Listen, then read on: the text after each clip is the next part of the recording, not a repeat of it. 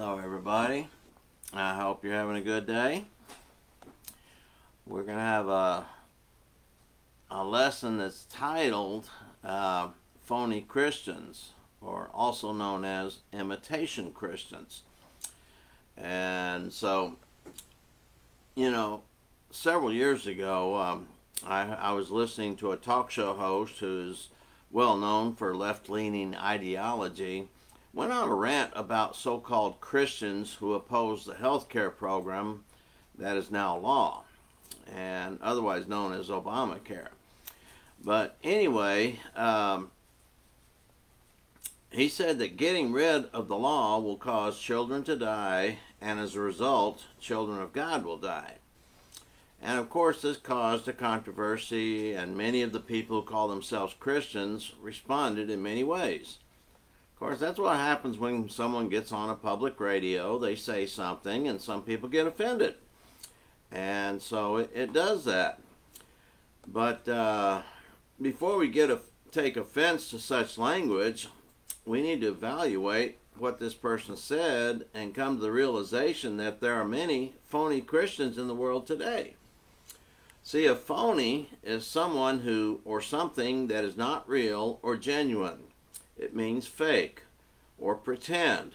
A pretend person who wears a name or title yet is not the real thing. And so we have to affirm that there are many of these fakes out there. And we realize there are many people who claim to be followers of Jesus Christ. However, when you look at their lives, it is apparent that they have not made a commitment to Christ. And that is evident by the way they talk, by the way they behave, by the way they act, and by the way they live. And so apparently some believe that if you believe in God, it automatically makes you a Christian. Others might believe that since they go to a church which claims the faith of believing in Jesus, it makes them a Christian. Well, that's not so. And yeah, some people are going to take offense to that, but we're going to have to examine that. See, in Matthew 7:22, Jesus was talking about these. He said, "Many will say to me on that day, Lord, Lord, did we not prophesy in your name, and in your name cast out demons, and in your name perform many miracles?" So what needs to be emphasized in this verse is the first word, many. I mean, there's a lot of people claim to be followers of Christ, and they do things, and yeah, sometimes they do good things that in the name of Christ. But the problem is, they're not obeying God completely. See, Matthew 7:21, "Not everyone who says to me, Lord, Lord, shall enter the kingdom of heaven, but he that does the will of my Father which is in heaven." Now, the will of the Father is what God has commanded us, okay? And we read about that in the Bible. A lot of these people who call themselves Christians, they just go along and pick and choose which commands they're going to follow and which commands they don't really have to pay attention to. See, Jesus described a lot of people, the many, in Matthew 7:15, where he said, "Beware of false prophets who come to you in sheep's clothing, but inwardly are ravenous wolves." See, it should not surprise us that many who claim to be Christians are actually servants of Satan. Now, once again, people are going to be upset about that statement. Well, why? Well, nobody wants to be associated with Satan. They want to be associated with Christ. But Romans 6:16 tells us that we are the servants of the one we serve. And Jesus himself said, "If you're not with me, you are against me." There is no middle ground. There is no neutral territory in that. We're either with Christ, we're either working with Christ, or we are working for Satan. There is no middle ground. There is no neutral territory. So it does not matter what you claim or who you claim to obey. It is your actions that determine who the real object of your affection belongs to. And of course the Bible tells us that's the one we serve, and it's either sin or it's righteousness. All right. See, Isaiah speaks of those who honor God with their lips, but their hearts are far from him. Of course, Isaiah 29 and verse 13, and Jesus quoted it a few times. And then, of course, the heart is where you lay up your treasure. Matthew 19 through 21 tells you that. And the parable of the two builders we see in Matthew 7, 24 through 27 is explained as those who hear and follow the Lord's commands as being wise, or hearing them and not doing what he commands as being foolish. These non-followers are worshiping God in vain because they follow the doctrines and precepts of men. Matthew 15:9 tells us that. So, we speak to those in the church today who claim to be faithful but are not. And so we sometimes call these people hypocrites. And yes, that is a fitting description. And we also are aware that we may not know who these phony Christians are, because let's face it, we could be one of them. Well, how would we know that? Well, I mean, just basically by your actions, by the way you live, where you set your affections. See, we're commanded to walk in the light. I mean, be in the light, stay in the light, as he himself is in the light, 1 John 1:7. And so failure to stay in the light means to do that means we're not true Christians. See, everything we do is to be done with the spiritual view towards heaven. You know, Colossians 3, 1 and 2 talks about that. And we're to set our mind on things above, not on things of this earth. But this earth has so much to offer. This earth has so much appeal. Some people have a hard time giving it up.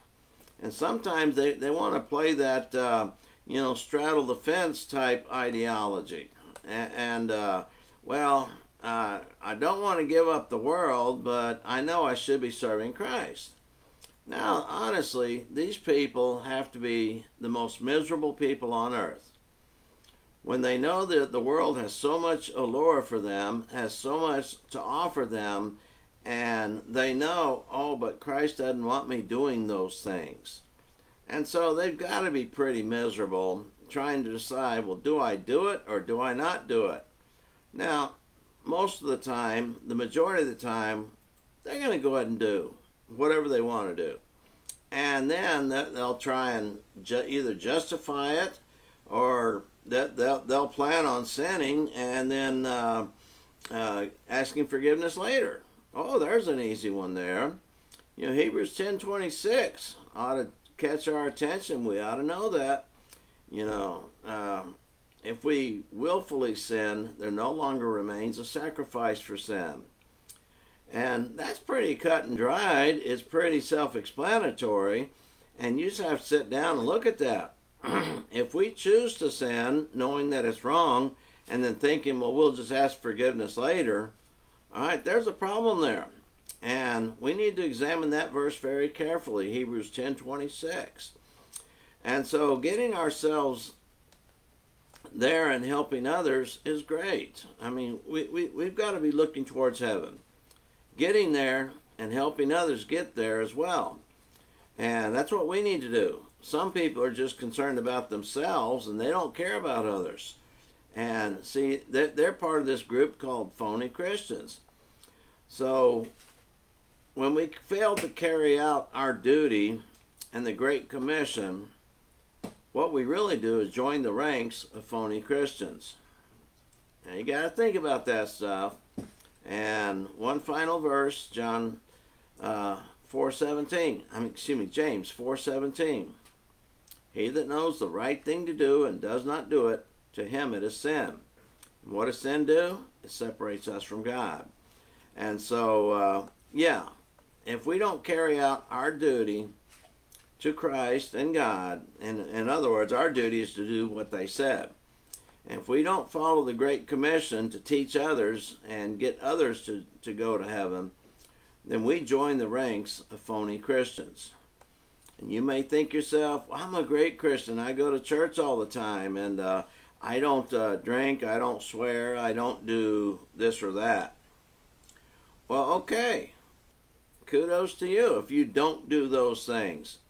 But what about those things God has asked you to do that you're supposed to be doing? and you're not doing. All right, you still going to give yourself a pat on the back for that? I hope not. Hope you'll sit down and realize, yeah, that makes me a phony Christian. So, do these things, keep these things in mind, and that's our lesson for today. Very simple lesson, but we have to be mindful there are phony Christians out there, and we sit next to them in church, and we go to church with them. We talk to them all the time, and we just have to know they're phonies. And sometimes we may know it and not say a word, then we've got a problem when that happens. Then we automatically become a phony Christian when we don't say anything to them. So, just a lot of things to think about. And so that's our lesson. Consider these thoughts. We're going to end our lesson, and Lord willing, be back again tomorrow with another lesson. Y'all have a good and blessed day. Bye-bye.